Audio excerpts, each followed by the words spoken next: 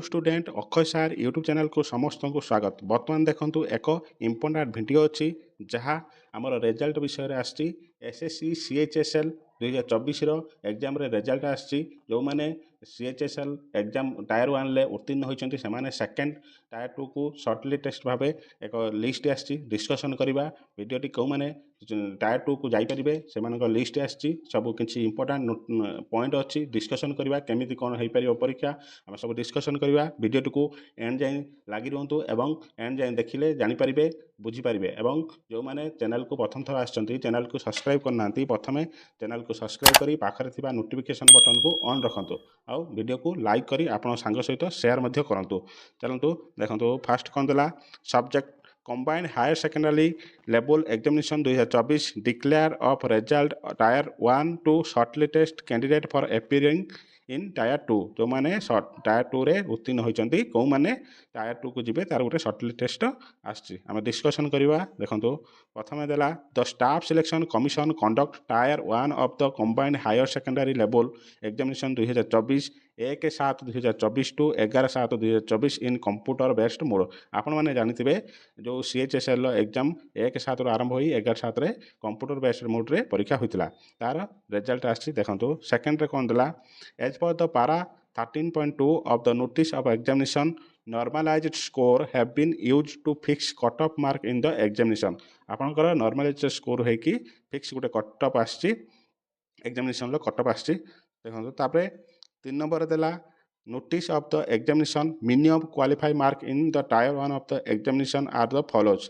minimum qualify mark देछि देखंतु यूआर रो देला 30% OBC EWS 25% all other category 20% एटा मिनिमम क्वालिफाई मार्क देला। देखंतु तापर 4 नंबर कोन देला एज पारा 17.3 of the notice of examination separate category wise cut off have been fixed in tier 1 for different post DU grade A and LDC and JSA ए post पे different cut off wise difference category wise cut off आछि discussion करबा। देखंतु आपन next कोन देला 5 number रे the category wise cut off mark and the number of candidate shortlisted for appearing in tier 2 examination are as follows. आपनकर जो cut off mark number केते जण जाई परिबे शॉर्टली टेस्ट रे टायर 2 पई लिस्ट देला। देखंतु फर्स्ट डे आपनकर lawyer divisional clerk LDC and junior secretariat associate JS पई देला। देखंतु आपनकर जो माने यूआर माने जनरल सेमानकर कट ऑफ केते जाईची 157.36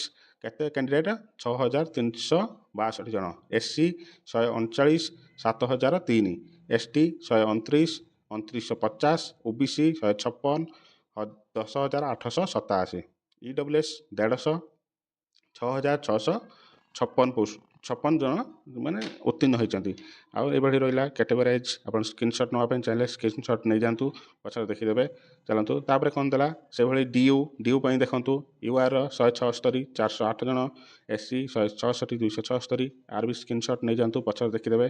देखंतु आउट देला important the result of the following 23 candidate is kept withheld on account of various reason. ए जो 23 जनकर रोल नंबर देला एमानकर रिजल्ट आसी नाही आकु किछि कारण पई रिजल्ट आसी नाही। देखंतु एटु देछि ए जो रोल नंबर देला have not been processed because of their debar from SSC examinations cancellation of candidature ETC आपण कैंसल हो जाइए जो रोल नंबर पाई नंबर रिजल्ट आसी नाही। देखंतु तापर देला देखंतु कोन देला the schedule for conduct of tier 2 of the examination will be made available on the website of the commission shortly। आपनकर शेड्यूल टायर 2 रे जो एग्जाम डेट आसीबो तार गोटे कमिशन वेबसाइट रे आपन शॉर्टली टेस्ट भाबे आसीबो। मो चैनल रे जोड़ी रहंतु आसिले मु आपनको जणैबी। जो माने चैनल को सब्सक्राइब करनांती प्रथमे सब्सक्राइब करी पाखर थिबा नोटिफिकेशन बटन को ऑन रखंतु प्रथमे जानि परिबे। चलंतु एतला वीडियो डिटेल्स हम डिस्कशन करिबा। डिस्कशन कले जो मानकु भलो लागिला वीडियो को लाइक करंतु लाइक करी आपन संग सहित शेयर मध्ये करि नियंतु। आ वीडियो टी केमिते लागिला आपन मतामत कमेंट मध्ये जणांतु। जय जगन्नाथ देखा बा नेक्स्ट वीडियो रे।